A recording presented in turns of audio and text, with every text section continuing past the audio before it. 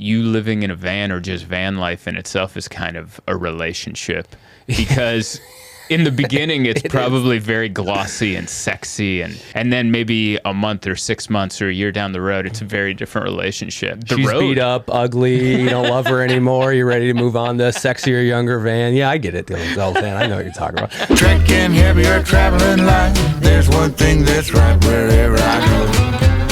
That's where I am.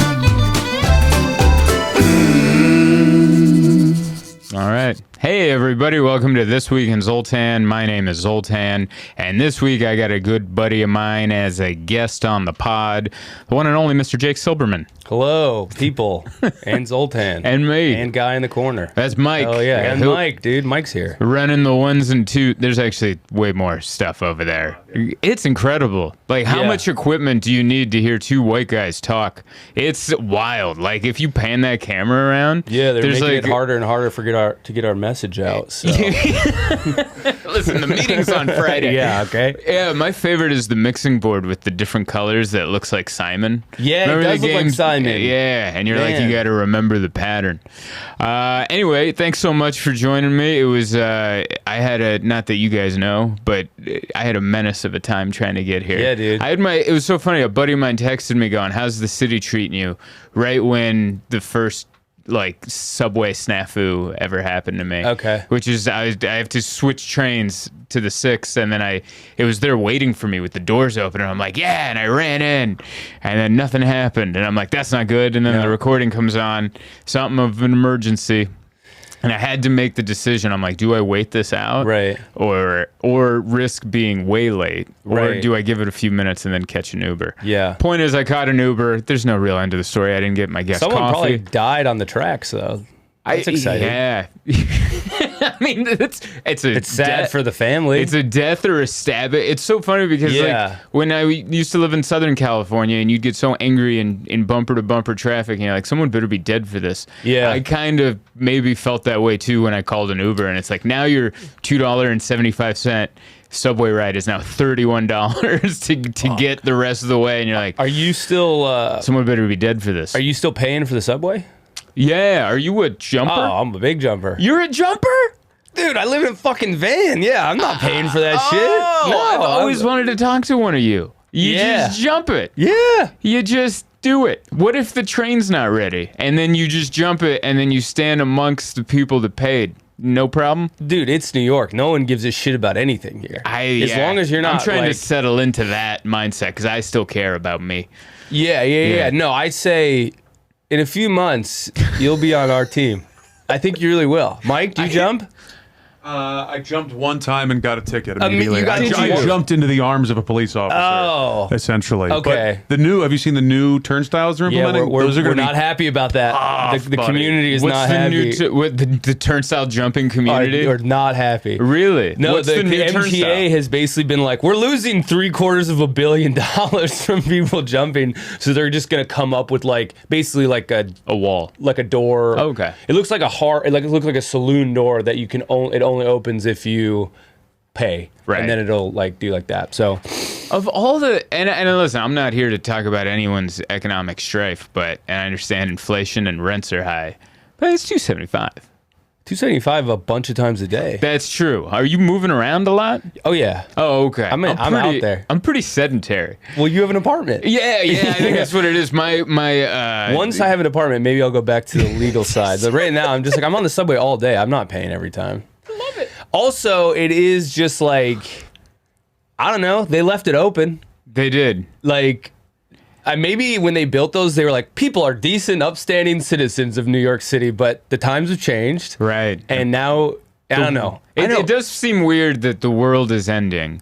Every day it's getting a little bit hotter. Yep. And water levels rising a little bit more. And I'm still like, well, I better bloop. Gotta keep the system going. And then I tap my phone.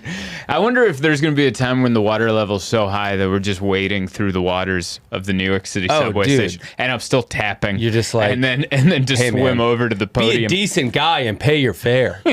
Here's the thing is that...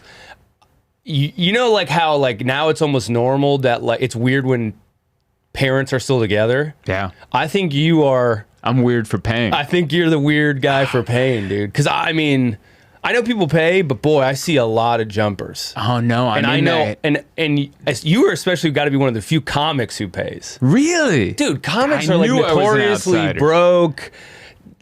Rule benders, not part of the system in a lot of ways. Yeah, I think you're a big rule follower. But you're an immigrant, aren't you? No, you were born here. No, I'm an immigrant. So Yeah, so my mom, I was raised on the idea of, like, I remember I got in trouble once in middle school, or in elementary school, and because I grew up without a dad, my mom had to find different ways to discipline me. Okay. And so one of the ways she disciplined me was, like, if you mess up in school enough, they will deport us. That was something she straight lies. They will send us back to Hungary if you get enough of these referrals. We are not citizens yet. And that worked for a while. Yeah. And then I got to middle school, and then she was like, I will send you to go live with your father. And that worked for like another year. Wait, where was your dad? That's what I found out. I'm like, you don't even know where dad is. Oh. And then it fell apart. Her fantasy world fell apart. This deep searing pain in your mother's heart. She's using it to scare her son. You're like, you're right. I don't know where my husband is. God damn it. Were they married? I think so. They were divorced. You never met this guy? I never met my dad. I assume everything my mom told me was true. But supposedly I mean, I don't know. She has a history of lying to you. Just a bad, I'm sorry to interrupt, just a bad threat. I'll send you back to your dad. Awesome. Would love to see the guy. Yeah, it's actually really a big part of my identity that I don't have. So please send me back to my father. This might answer some of my anxiety questions if I meet the man. But yeah, I guess so. The backstory, my dad is supposedly a musician, and they got together young. I actually forget if they fully got married or if they just had a baby and then they broke up. In Hungary, though. In Hungary. And so he's probably still there, or probably was still there, I guess. I'm assuming he's still there. I assume I have a bunch of half brothers and sisters that I've never met. And I guess my wife's, I do a bit about this, but my wife's fascinated that I've never met my dad. And like, I don't think about him that much. Okay. Yeah. Like, because I never met him. It's not like he left when I was 10. There isn't this closure. Yeah. You started off with 1-0. Yeah. I started off with a mom that I'm assuming is telling me that, but she lied about a few things. Man. But they were nice lies. They were the type of lies you have to do to, like, hey, I got to keep you in line. I got 40 hours of work to do, and I can't be around to watch you. Yeah. Like, I remember I was terrified of, this might be why I'm such a rule follower. So my mom had to leave me alone a lot growing up. Like, I remember second grade, third grade, summer vacations, I was at home by myself, and my mom was like, listen, you can go out to play when I come back. But gotta, she's like, I don't want you out there just without supervision. In the streets. Yeah, in the streets. Now, we weren't even in the bad streets, but just, I don't want you out there. No, you never know. Yeah, you never know. So, like, she was like, stay in the apartment. And then that's how I learned time. She's like, she would leave at like 6 a.m. and she'd be like, when this clock gets to 2:30, that's when I get off. I'll be back at like 3. Oh. And I was like, okay. And that's how I found out there's 60 minutes in an hour. Oh, you were just like watching the clock? Yeah, I was watching the clock, and I thought there was like 10 minutes in an hour. I'm like, oh, she'll be back in like no time. And then I watched like 2 episodes of Who's the Boss, and I'm like, that was only an hour? Dude, you were serving like a prison sentence. It was. I was just eating cereal. But she told me, she goes, if anyone knocks on that door, you don't answer that door for anybody. Do you know what's going on in the news? There's people coming in and they're violating children. And I was like, good. She used the word violating? She used worse words than that. You're like, I just learned how to tell time. Now you're telling me about getting molested? Yeah, like full on how do you do's. Wow. And so like I was terrified. And then we lived with roommates because we were poor. And there was a new roommate coming to, like, she had flown across the country to come move into the apartment. And she knocked on the door. And I recognized her voice, but I remember what my mom said. So I never opened. So she's there with like 2 giant bags of luggage, this banging lady on the door. This poor lady, Beatrice, and I'm under the bed, like home alone with the cereal boxes. Going, I ain't going out there, dude. You're on your own. Damn. You should have sent an email. I mean, this was 95. Yeah, she should have sent one of the first emails. Yeah, and let me know. But what an unfortunate day for a woman named unfortunately. Beatrice got to be one of the most unfuckable names out there. Can we swear on this? Is this like a whatever? I mean, oh, okay. I should have asked before. It's fine. I don't want to tell people what to do. No. I like that rule. That's a decent constraint. I think, but you should have just let me know before. I should have, but I didn't have time. I didn't have time to get you coffee. Okay. The train fell apart. I shouldn't have wasted time. I apologize to the That's fine. listeners. You're the first guest that's asked, and I've just let everyone cuss. And I'm like, whatever. Okay, so other people have cussed. Yeah. Okay. Yeah, so I'm you're not not the first. Okay. But I'm going to clean it up right now. There you go, Jake. Yeah. So anyway, that's the long story short as to why I pay at the Subway. Yes. It's because I'm a rule follower. That's okay. I mean, dude, it's good. But I want to be more If everybody was like me, it would fall apart. I think so. I know so. They need a healthy balance of yous and me's. They do. But I appreciate what you do because you have what I want in the sense of being in the moment and being comfortable to talk to strangers. I watched your documentary this morning, like I told you. Yes. You did a great documentary, van life across the country during the pandemic. Yep. You were out on the streets. You were interviewing people. Yes. And I was fascinated by that because I don't have that in me. I've thought about doing man on the street stuff. Yeah. And there's been times where I'm like, I couldn't take a selfie with my wife in public because I'm like, I don't like this. I just didn't like. People are looking, babe. Yeah. Oh, man. It's so weird. For some reason on stage. Yeah, you were so comfortable on stage. Because I just watched you. You were great. Yeah. I'm so funny. I'm comfortable in front of people if I'm illuminated and like and the you're not a performer. It's weird, too, because your comedy it's not like you're doing somersaults, but you're physical. Right. You're making faces. You're doing like you're not just like a guy who stands. So it's funny. You're vulnerable in front of people. You make all these weird faces and whatever, but then you're just like, "Hey, sir, how are you?" And you're just like, I'm done here. I'll be done here. It's because it's in context. Yes, that's true. Comedy. Yeah. And then if you're just on the street, you're like, these people don't know that I'm like it's supposed to be funny. They don't know how to take me. That's true. And so all those fears go into my head, but you were interviewing these people, and that's one of the things I really appreciate about you, or envious of you, is the person you are on stage and off stage, or interviewing somebody, is all the same level of confidence, which is you're not an arrogant person by any means. No, but you're confident. You're like the kind of confidence everyone strives for, where no one would go, that guy's a pompous, arrogant jerk. It's just the right amount of confidence where you're like, no, that guy will just talk to anybody. Yes. And I guess, but you have to learn it. It's a skill. It is? A lot of times I'm scared doing it. It's still like, you have that feeling, but I think once you do it enough, you're like, okay, it's what's kind of like when you do comedy, you've bombed enough where you're like, I'll still get up tomorrow if I bomb. Right.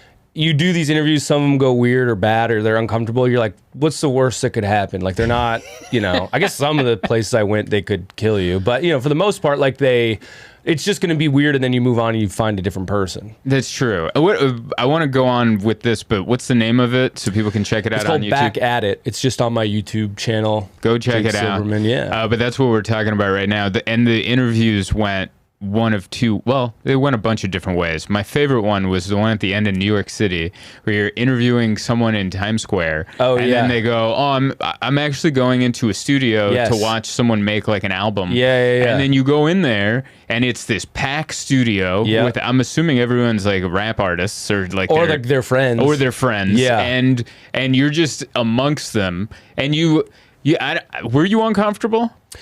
Because you're in a small room full of people you don't know or just met a minute ago. Yeah. And now you just like kind of... You gotta blend in. Yeah. What, we didn't. No, but you looked comfortable. I was telling my wife, I go, if that was me, I would just be against the wall. Yeah, smiling because I'm like, I don't know anybody here. I know. And they don't know why I'm here. That actually was more nerve-wracking because it felt more like a party, and I don't like parties. Okay. I am very much the fly on the wall at parties because I don't. But that's not my vibe. But I feel like I don't know. The camera does bring stuff out of people. People will, if you stick a microphone and they're in front of a camera, like there's almost this innate sense in humans to be like, I've had something to say for a while. Yeah. It's a weird psychology. And I started to learn it as I did those videos where it was just like, man, these people like, you would assume most people like, no. Right. Because most people wouldn't ever do what we do. They wouldn't get in front of people on a stage. Like that's like the biggest fear to people is public speaking. Right. And yet, when you're like, "Hey, what do you think about this?" They're like, "Yes, well, actually, I've had a few," and it's just like and they'll say weird shit that I don't think not like I gotcha, but they open up in ways that you're like, did you mean to say stuff like that, or did you want to say all this? I wonder how many times if they ever even watch the footage where they're like, is that really what I said? I feel like some of them might kind of not like blackout, but be like, they just get in a flow and then it's over, and then they're like, cool. Okay, that was what I wanted. What did I just say? It's weird. It's very weird. It was very interesting to watch all the interviews where it was either one or the other. It was just like someone either pouring their heart out, or they just started twerking in front of the camera. They were drunk. It was very. It was so. It was like, what do you think of the country? What do you have to say? It was either like, this country's going to hell. Yeah. It was during the pandemic, so it was like, doom and gloom, blah blah blah. Or it was just like, I remember this one girl didn't say anything. She just smiled and she just turned around. And started twerking, shaking that ass, and baby. I love it. That's like somewhere between fight or flight. Of like interviews. Talk or twerk. Yeah, talk or twerk. Like, which one are you gonna do? Yeah, which one are you? And it was interesting because like, I love that you're comfortable to go talk to anybody, because the day after we did the show in Buffalo, I was at the Buffalo airport very early with my wife, and we saw the $1 Million Man, Ted DiBiase, in line with us to get... What a pull. I know. How many people are even recognizing that guy? Me and the cashier. Oh, okay. That's who recognized. 65? Yeah. But my wife noticed him first because he was just like this big man wearing a track pants and a polo shirt with the WWE logo on his shirt. And because she doesn't know, she just knows I'm a super fan, so she's like, is that somebody? And then I look and I only saw like half his face. I'm like, that's the $1 Million Man. I was awake. I was sleeping 30 minutes before this moment. Wow. Like we had no sleep. It was very early. It wasn't a sleep. It was a long nap is what we had. And then we were there, and she's like, you should go get his picture. And I couldn't do it. And she was like, last night you took a picture with like 100 people after the show. Yeah. And you won't go talk to that guy who you've liked since you were a kid. To go to, and I'm like, it's 5 a.m. He's having coffee. I can't, it's not in context of pictures. Also, I feel like when people are asking you for your picture, you're kind of in control. You're like, they saw you do something they enjoyed, versus this guy who's like, yeah, man, here you go. Like, I'm tired. You know, I get that. Yeah, and I couldn't do it, even though he took a photo with the cashier. But I was like, the cashier was providing a service. He couldn't not take a photo with the cashier guy, because they might spit in his coffee.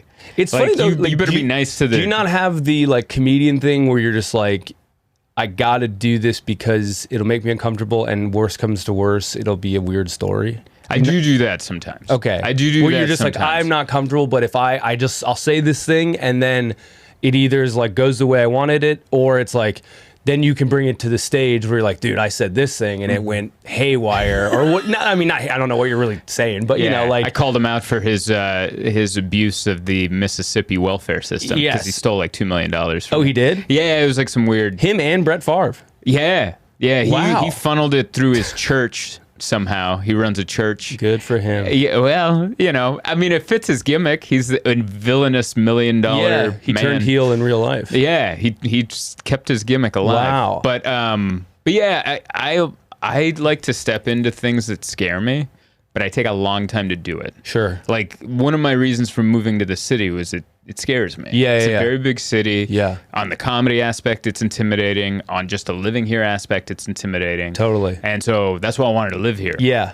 It took me years to do it. Yes. Because I was thinking about it in 2019. Right. The pandemic slowed it down. But I'm the same way. Like, I started taking boxing classes. It took me 3 years to start sparring. Oh, wow. Okay. Because I was like, I loved hitting the mitts, and this felt comfortable. And I'm like, I don't want...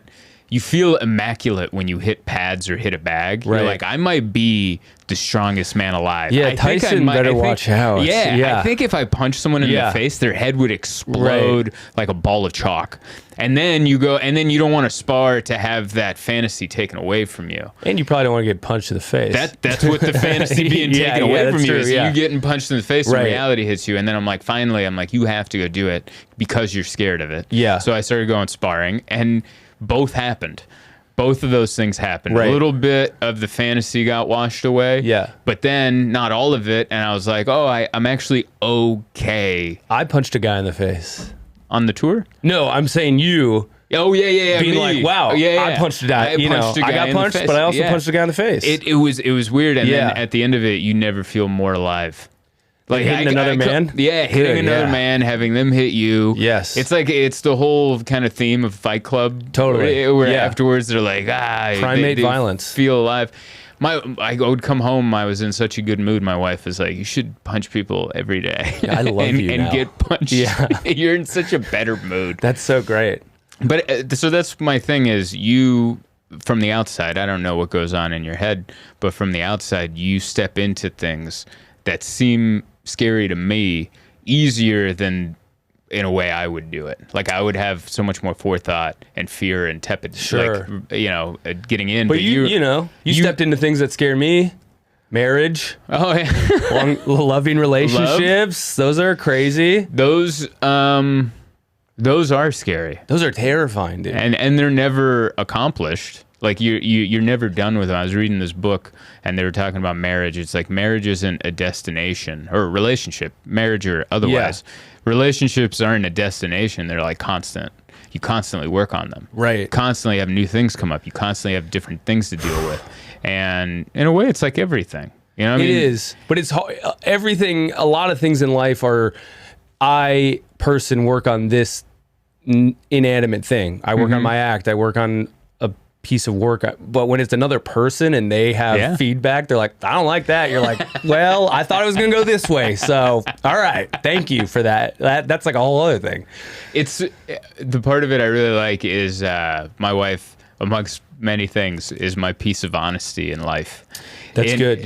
Where like she won't beat around the bush. Yeah. And she'll just like tell me what she really thinks, as opposed to, if you get enough friends around, you're like, is this person telling me the truth? Right. Or are they trying to like save my feelings a little bit? Yeah. And it's nice to have someone that loves you, but is also just brutally honest with you sometimes when you need that. Is she like because she was traveling with you in Buffalo. Yeah. Is she like involved in your comedy? Not like as a writer, but like, does she like do stuff for your career? Yeah, she does a lot of back end stuff, like advertising, promoting my shows. Nice. She helped me. I put on an independent comedy tour right out of the pandemic, 2022, and she did all. It was kind of her idea. Well, and then she did all the legwork for advertising. Oh, that's great. I didn't know. And she's like, I need this much money for you to sell this many tickets. And I was like, wow. She knows how to do that? Yeah, because she works in e-commerce. Oh, so you need a person like that in your corner. Yeah, so she runs businesses. She understands Google ads, Facebook ads, like different forms of advertising. I've tried to look at some of those, and I'm just like, I don't get it. No, dude, I don't get it. No way.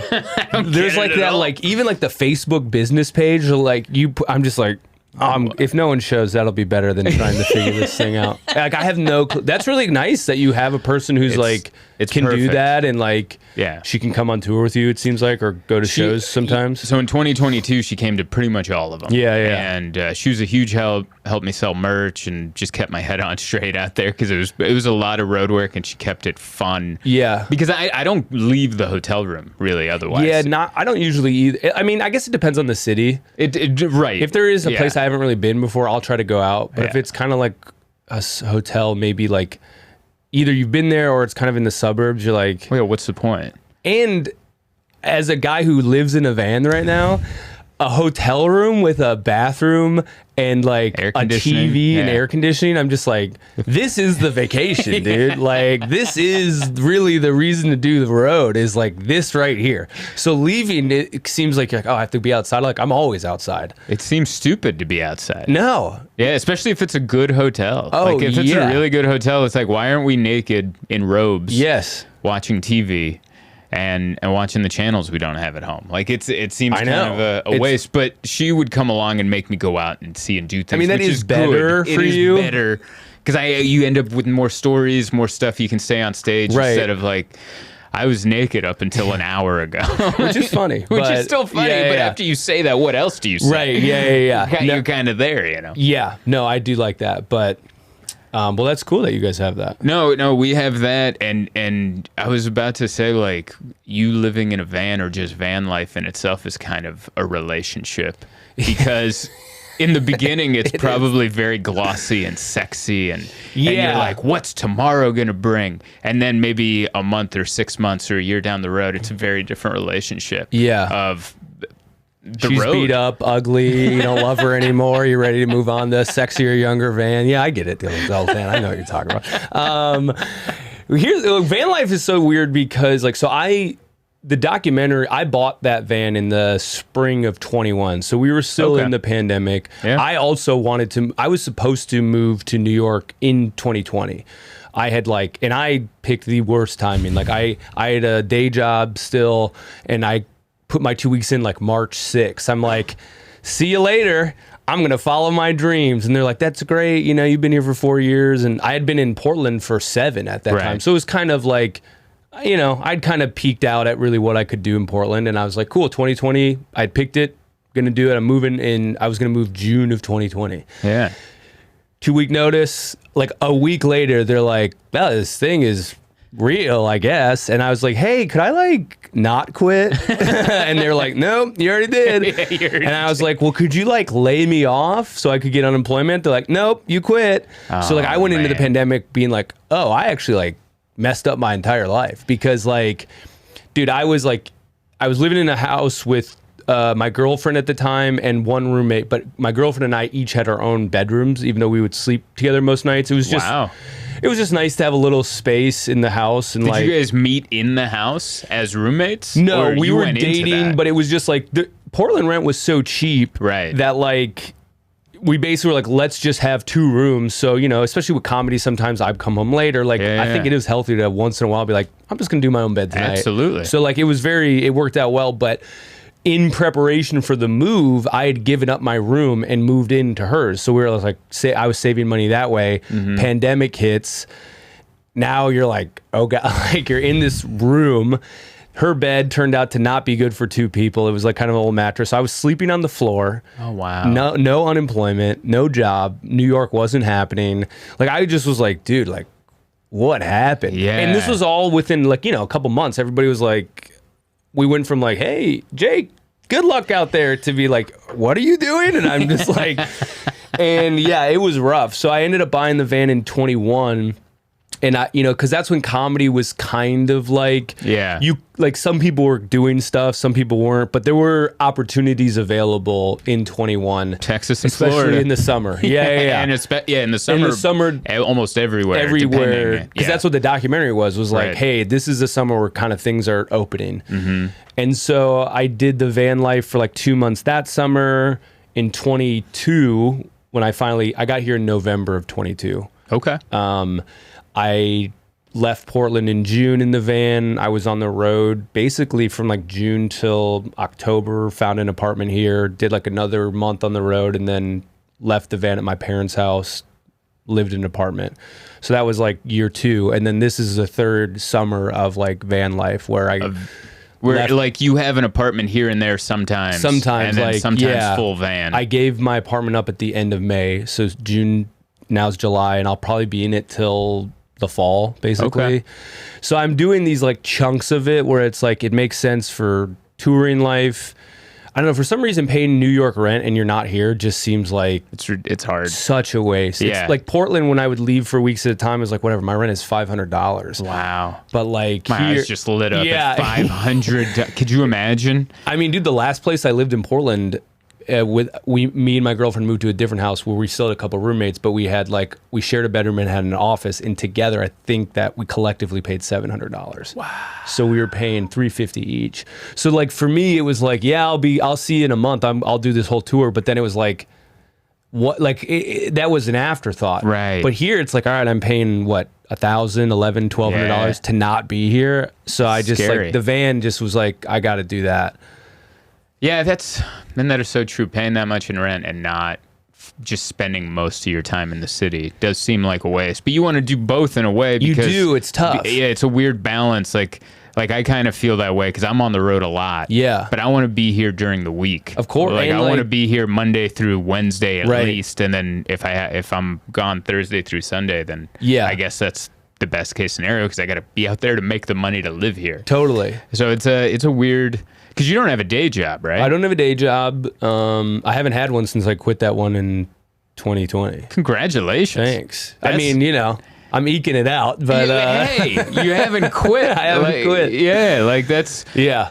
You have you also have like the look of like a Vice reporter. Yes. So it looks like when you say I'm living in a van, it looks artistic, like you just came back from Romania, right? Reporting on their skateboarding underground culture or something. If I live in a van, you're like, oh no, like there's more. I think like any connotations of anything cool go out the window, and you're like, we really need to set up a GoFundMe for old Zoltan. It's here. weird because you're a very like put together guy. It's odd that you have this weird issue because like you're like a handsome man, you have the haircut, the teeth are good. I need you on this podcast more often. Buttering my biscuits. You have a wife, an apartment. I have you have a good thing going. I have the self-esteem of a chubby 10-year-old who just started a new school. Yes. Yeah. In a new country. In a new country because that was my childhood. Yeah. So, but like, and everyone was nice to me. No one was ever even mean. Like I would just come in and it'd be welcome to America. Yeah, like your name's Zoltan. That's so cool. Yeah, I know. But I don't know. For some reason, there's this weird. I mean, I've met plenty of comics that have it. You know, I think we all have a little bit of it. I definitely have a little bit. Way worse than others. Yeah. Like I feel like I have it worse than you. But I had another friend, Billy, in there Billy Bonnell, who's incredibly talented comedian. I think he has it more than me. The little bit of the like you talk yourself out of things. Sure. Like, you shouldn't go do that. Like get out of here. I really do feel though, like I feel like New York has helped me with it a lot. I feel the same way. Because it kind of just makes all your little internal crap, it's like, this is not important. Like, because there's so much out here that I have to deal with.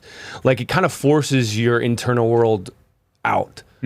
Because, and maybe especially, I'm probably on steroid version of it because I am like in the van and like out a lot. But I really, dude, like weird things I noticed about the van. I'm like, oh, this is like so good for my mental health. It's like, I don't have a mirror in there. And like, I don't know, you ever go camping and you like hadn't seen your reflection in like 4 days and then you come back and you're like, oh, there you are. Okay, that sucks. But when you don't know what you look like, you're just like, I'm a spirit. I'm a piece of energy on this earth. And then you come back, you're like, oh, I'm just like a sack of meat. This sucks.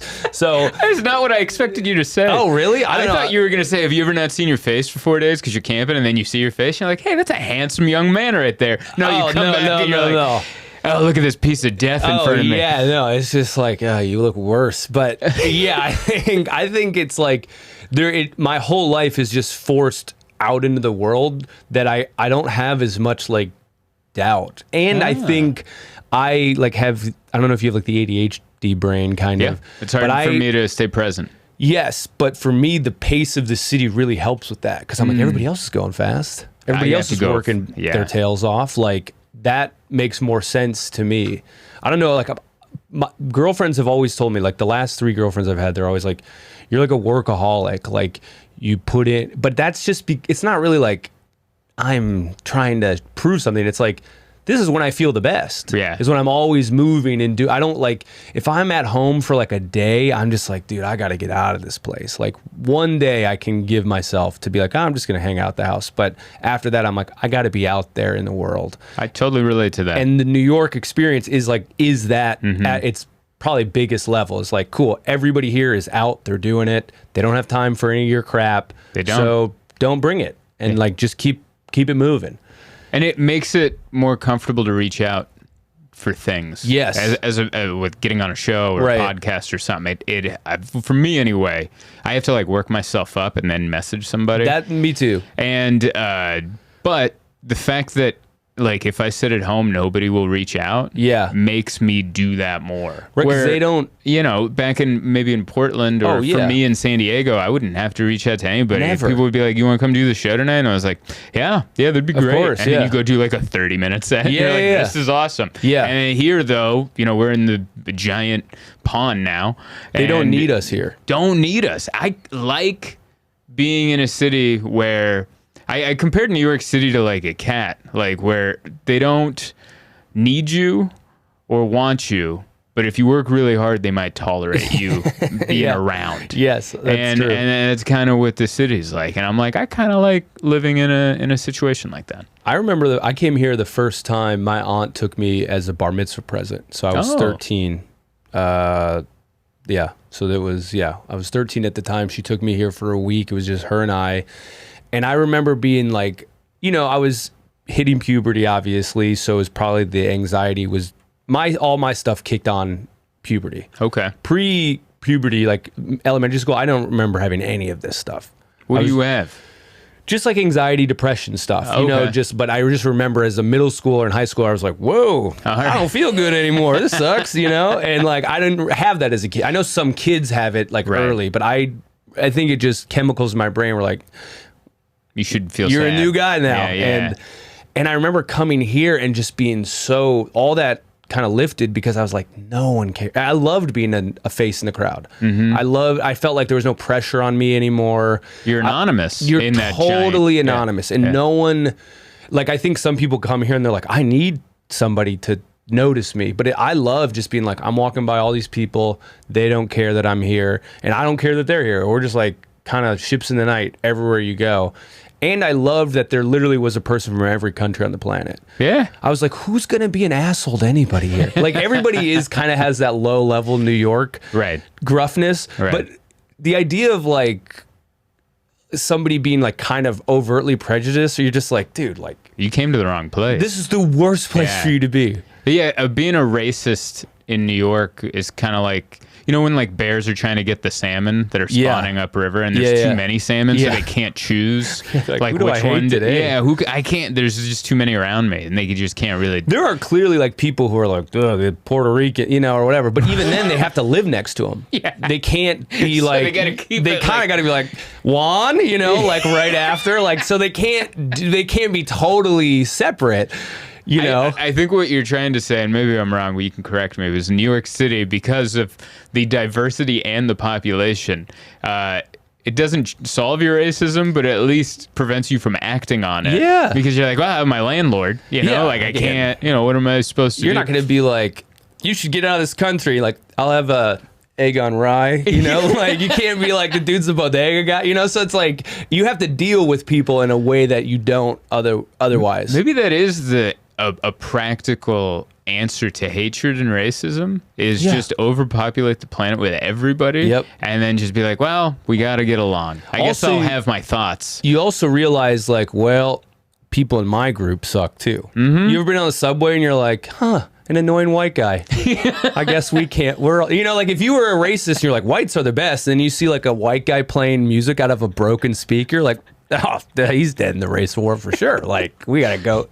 Yeah, there's no coincidence that white supremacy lives in small towns. Yeah, it's like, dude, you don't have to deal with it. Yeah, you don't know enough people. Right. And also the fact that you think you guys are great, and that's the pool you're choosing from. Also weird, but like. Move around a little. Move around. You just a passport away from curing that. I've always thought that like a funny sketch, or just the bravest man in the world, would be a Klansman trying to set up a shop, a Klan group in New York City. Can you imagine going out in the robes in New York City and just the absolute pummeling you would take within a block? I think people would be more confused. It would be react. Wild. It would be wild, but I think for the first 10, 15 minutes, they might think it's like what's that, like immersive play? It's not on a stage. It's the stage is life, and you're like, oh, maybe these are actors. Yeah, it's like a piece of art that I should think about. But at some point, a kid on a city bike would throw like a Slurpee at them. Yes, and a minute, and then 16. It would break that illusion, and they'd be like, oh, we should kick these guys' asses. And then it would it would just be so wild. It would be crazy. It would be great. So, but you experienced a little bit of, because you're Jewish. Yep. And you were wearing the Star of David in Denver. I saw that on the documentary. I know. It was early in the documentary, It was weird. It was weird. And I didn't know what he was coming. So, backstory. You're on the street. You're interviewing drunk people. Yes. And then out of nowhere, someone yells Zionist. This guy is like, he was at these tables. We had interviewed these other like British people, and then one of the guys who we had interviewed broke off, and I didn't see what started it, but they started not even jawing. I think the guy who was sitting down, who I ended up talking to or yelling at me, was mad at this guy, and then he happened to see my chain, which is not like it wasn't like a giant Flavor Flav like Star of David. Like it was a pretty small thing, but he clearly caught it. Yeah. And was like, some of these people like, they see a camera and a mic and they give you this like authority that you don't have. Like he kept being like, you need to report on. Yeah. And I'm like, dude, that goes back to you looking like a Vice reporter. Right. Yeah. He's like, you got to report on Israel. And I'm just like, what are you talking? We're like, not the news, dude. I was like, you should see where I'm sleeping tonight and tell me that I have any. Yeah. He's like, I know. I saw your news van. Yeah. It was clearly the local I don't know they all had beds in them, but yeah. And so he just gets more and more worked up. And obviously people are drunk. Yeah. So he's drunk and he's upset about whatever the star represents to him. Right. And yeah, he's getting more and more heated. I don't know, like, when I watched that clip, like, there's little things I remember. Like, I remember in the moment being like, all right, don't be in range where this guy could swing on you. Yes. So, like, there's a moment where I take, like, a half step, and it's, like, a very subtle thing that no one's going to be watching for it. But I was closer to him, and then I was like, you know what? Maybe we shouldn't be in range? Like, why be in range? And he just gets more and more worked up about, you need to record on this. And then he was getting mad that we were filming. Your conversation that he walked into. That he walked into and started. Yeah. And saw that we had this whole setup. So he was mad and he was like, you're filming me against my permission. And we're like, well, it's a public street. We're not going to, like, you can just walk away. We're not going to follow you. And he came, when it got bad, he came up to my cameraman and, like, right in his face was like, I'm going to knock you out. Oh. Because the camera goes like kind of all swirly. He like goes on the ground and you just hear. But he's like, I'm gonna knock you out, and then I'm just like, because I'm not trying to get in any fight. Like, dude, this is the last thing Also, like, what are we even fighting about? Don't like Jewish people? Like, I'm not gonna fight you about this. Yeah. So I was just like, all right, dude.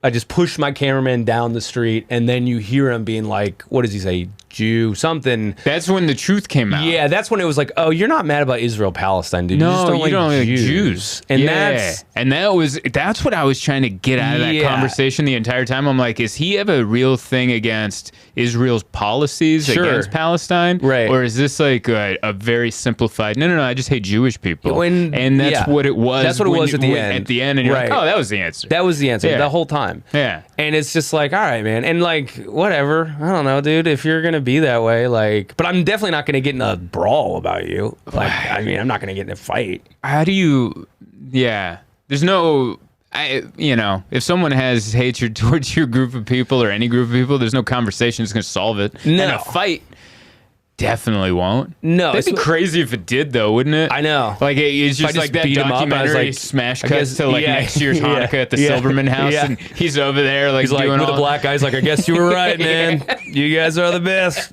Shouldn't have said that, dude. My bad. Denver. I learned my lesson. I mean, it was weird because I was like, I wasn't really afraid. Like, I wasn't really afraid that even if I got punched, I wasn't like, oh, whatever. Right. I was really more afraid in the moment. I was like, do not break the camera. The documentary is over if you break the camera. Because like I felt bad. My cameraman was much more vulnerable because he didn't really have his hands because he had this, unit, like this big, he had a handheld camera. So it's like, he can't fight you, dude. Right. He's like, this is like a $3,000 camera. And I'm just like, dude, like, just hit me in the face. If you want it, like, look, I can do the rest of the doc with a black eye. If this is gone, it's over. And we only made it 2 weeks. So, like, that's where I was really like, this is a lot of equipment that we have around wasted people. Just get the hell out of here. Yeah, that was impressive of you taking high dollar equipment to hammer people. And you're like, thank God they're just twerking. Yes. The people that were twerking, you're like, please film all that. But that's not going to lead to any kind of violence. That's pretty wild. To go into that kind of territory, and you even said it in there. You're like, I expected that in the South, right? And then Denver, is where you hit it. I know. And did you even get to go to the South, or was it Indy and then Pittsburgh, kind of Chicago, initially Midwest? There was kind of a plan to. So I had this guy. So the cameraman I went with was a former coworker who was like a video editor guy at my job that I ended up quitting, and then his job obviously ended because of the pandemic. So we were all out of work, and I was just like, hey, like, I'm going to do this thing. Do you want to come, you don't have a job right now, and he agreed to do it. I was initially maybe thinking that he could come on the way back and we would go through the South, but he wasn't able to do, he was just able to do it one way. And then I was like, maybe I'll do like some film myself, like with a GoPro, but it just ended up, it was too much. So it ended up just being Portland to New York. Which is plenty. Yeah, it was. It was plenty. And also, dude, like me and I had one guy editing it with me. Yeah, I saw that in the credits, and I was like, that poor bastard. Dude. Editing a documentary, like I once tried to edit a city vlog where I like tried a sandwich in Omaha, and it took me forever to put together all the clips. And I'm like, I can't imagine how much footage. Dude, we spent, because the guy who was editing had a day job, you know, so so we had to like meet every night, look over. I mean, the one thing I regret about the documentary, and it's really just was a budget issue because we were doing it for we raised like a couple grand through like a Kickstarter or something, but we kind of missed the window when COVID like content was still really hot because by the time it came out, just because it took so long to edit, it was just me and him sitting at a computer every night being like, I mean, it was a 75-minute thing, you know, like, all right, we're through 4 minutes, you know, and it took 3 nights or whatever. Like, we lost a little bit of that window, I think, where people were like, because people wanted to be done with COVID. Yeah. So to be like, hey, I got a documentary all about they're just like, miss me with that, dude. Yeah. Like, and so that was the one thing I regret. But it's, you know, people don't see that back end stuff. Most people have no idea how long it takes to make anything in video. Like they just, you film and you cut it. It's like, no. Dude, like you're making second by second and decisions. It's hard enough to do a script. But it's way worse to do, you know, a documentary with just random footage everywhere. And you're like hoping to show something from each. So I think you guys did a great job. The editor, hats off to him. You did a great job. The cameraman didn't get punched in the face. Nothing. You got to see a little bit of only a tiny bit of hatred from that one guy in Denver, and you know, we kind of circled back around. But that's where we are. I didn't watch. Did you watch Barbie? I haven't seen it yet. Is it good? I don't know. I didn't watch it, but like the fact that anyone has a hard opinion left or right on Barbie, and you're like, come on, man. I know. It's like Barbie and Bud Light. Man. You know, it's like, well, has anyone ever zoomed out? Like, if I've ever had a hard opinion on something, and then I try to zoom out and go, do I have a right to be this upset about this? And a lot of times the answer is no. Yeah. I feel like a lot of people with like Barbie and Bud Light, man, zoom out just a tad and go, well, I think it's all right. There are so many layers of bullshit in the world at this point, and I think it's extended because of like now we're all connected through the internet, but like I think a lot of people's anger isn't actually at the Bud Light or the Barbie or whatever it is. It's that there is this, and it's right and left. Sometimes it comes out as political, but at the end of the day, I think all people at this point in modern day America are inundated with such levels of untruth and bullshit that they actually are going kind of crazy. Yeah. Like no one really knows what's happening anymore. No, and there's like, we don't know what's going to happen with war on Ukraine, climate, like, so their whole world is like, I'm scared. Mm-hmm. And then they're like, well, what if I just get mad at this thing? And then it's like, that will solve it. You can focus your anger on like one thing. If I'm mad at a Bud Light can, my whole world will change. And then it's like, and then you probably wake up the next day after you've shot a 12-pack. Yeah. And you go, still in this house. Still got these thoughts. Like, so it's like, I think these, and I'm not even mad at them because some people, like, they're just trying to get out of whatever they feel up here. Right. And they're just like, yeah, I am mad at Bud White or whatever, Bud Light. I'm jealous. Yeah, because they can look at it and be like, this is it. I wish I had anything in my life I was that passionate about. Yeah. Where I was like, I'm getting on that podcast. Yeah. And I'm like, I don't have, like, but that's also not good for them or anybody. That's not good for their heart. No. Yeah, you're going to, dude, the world's ending and you're going to miss it. Because you're going to have like a coronary. Making some stand about something that's not real. Yeah. Or at the end of the day, doesn't matter to your day or anyone else's, really. But I do find people, sometimes I do get annoyed with people when they make these stands because I'm like, I don't think you're going to do anything about this, so why are you talking so much about it? And that's on all sides of the spectrum. Yeah. I see these people who are like, you know, like with the cop thing, right? With the abuse or well, a specific one? just like you meet these people, especially like in Brooklyn. You're like, yeah, I hate cops, and all the cops are bad, or what? Their whole kind of identity is like, I don't like cops. And then you're like, well, what are you going to do about it? And you're like, you're drinking at a bar. You're not doing it. Like, what are you doing? And so now we just have to listen to you as if you're doing something about this issue. And I think that is where I'm just like, or like the Bud can or whatever. It's like, are you gonna? I guarantee you'll be drinking Bud next week. So it's like it's fine. It's a fine beer. Right. It's not good. It's like, not bad. What are we pretending that you're gonna do about this issue? You're not gonna do anything about it. You're gonna get to be all mad online and then be like, crack. Like you're just gonna crack one later when no one's looking. So like, stop. I don't get into any of the protests. I eat Chick-fil-A. I wear Nikes. I think Nike was in. I'm into all of them. I eat at Jimmy John's. You're not supposed to eat there because the CEO killed a lion, or he's like a big game hunter in Africa, which I'm not a fan of. But guess what? I was in the outskirts of Missouri and I was hungry, and they had a Jimmy John's, and I ate it. Everybody's got blood in their hands, bro. We all got a little blood on our hands. That's part of it. Just love each other. Sorry to be all Mr. Rogers. Where can people find you, Jake? Online, all my handles are at the comedian Jake. Jake Silberman, Silberman is the YouTube channel. So if you do want to watch the doc, that's on there. And then I post all my dates on my website, thecomedianjake.com. Excellent. I have 2 podcasts too: Jake Silberman Show and Hardman Soft Boy with Hunter Donaldson. Hell yeah. Go follow him and all that stuff. Watch the documentary and he has plenty more stuff on his YouTube channel. Thank you so much Thanks for being having me, bud. It was good to hang out. Thank you for watching, downloading, doing what you do. Ciao, everybody.